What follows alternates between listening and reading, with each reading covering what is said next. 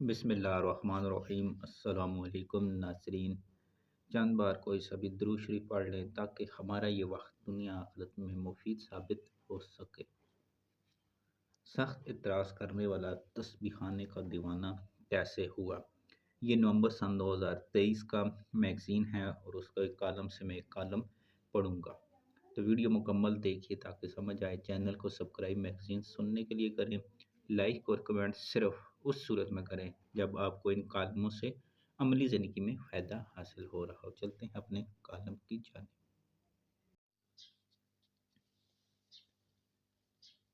سخت اعتراض کرنے والا تسبیح خانے کا دیوانہ کیسے ہوا؟ السلام علیکم حکیم صاحب، میرا بھائی تسبیح خانے کا بہت عقیدت مند ہے۔ میں شروع میں یہی سمجھتا تھا کہ یہ بھی کوئی روایتی پیر ہے۔ بھائی سمجھتا تھا کہ پاگلوں کی طرح ان کے پیچھے نہ لگو۔ اب بزرگوں کا دور ختم ہو چکا ہے، اب کوئی بزرگ نہیں ہے بلکہ سب فراڈ اور دھوکہ ہے۔ اللہ کا کرنا ایسا ہوا کہ میری چھوٹی بچی کو دورے پڑنے شروع ہو گئی۔ اس کی عمر 3 سال سے بھی کم ہے۔ ایک دن اپنی اہلیہ اور بیٹی گھر میں اکیلے تھے، باقی سب اسکول گئے ہوئے تھے اور میں کام پر تھا۔ میری بیٹی نے عجیب طریقے سے کانپنا اور بڑبڑانا شروع کر دیا اور اس کے منہ سے جھاگ نکلنے لگی۔ میری اہلیہ سے برداشت نہ ہو سکا اور وہ اونچی آواز میں چیخنے چلانے لگی۔ ہمسائیوں نے سنا تو اس کی خواتین فوراً ہمارے گھر پہنچی اور مجھے فوراً اطلاع کی تو میں فوراً گھر پہنچا۔ اس وقت تک بچی کی حالت نارمل ہو چکی، لیکن اہلیہ نے بتایا مجھے تو لگا کہ ہمسائی کی خواتین نے دعائیں پڑھ کر بیٹی پر دم کرنا شروع کر دیا۔ تھوڑی دیر بعد دورہ پڑنا بند ہو کر بیٹی ٹھیک ہو گئی۔ ہم نے فوراً ڈاکٹر کو دکھایا تو اس نے یہی کہا کہ ٹھنڈ لگی ہے۔ دوائیاں لے کر ہم گھر آ گئے۔ چند گھنٹوں کے دورانیے سے پھر دورے پڑنا شروع ہو گئی۔ دوائیاں بھی دے کر دیکھ لی لیکن بیٹی کی طبیعت نہ ٹھیک ہو سکی۔ دورہ پڑنا ایسے لگتا کہ ابھی جان نکل جائے گی۔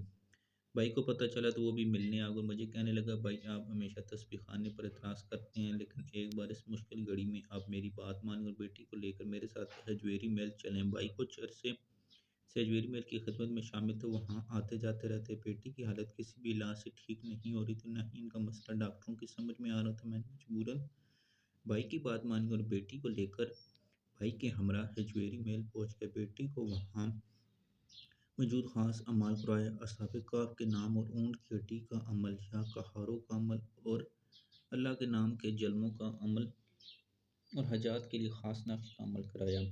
اعمال کے بعد ہم واپس آ گئے۔ ان اعمال کے دوران بیٹی کی طبیعت تھوڑی خراب ہوئی لیکن پھر ٹھیک ہو گئی۔ اس کے بعد اب 5 ماہ ہو گئے لیکن بیٹی کو دوبارہ یہ مسئلہ نہیں ہوا۔ میں بھائی کے سامنے شرمندہ ہوا کہ میں عبقری کے بارے میں غلط رائے رکھتا تھا۔ بھائی نے بتایا کہ میں ہجویری محل میں خدمت کے لیے بھی اس لیے جاتا ہوں کہ وہاں پیسے یا کسی قسم کی مالی مدد نہیں مانگی جاتی بلکہ شیخ الوظائف تمام اخراجات کا بوجھ خود اٹھاتے ہیں۔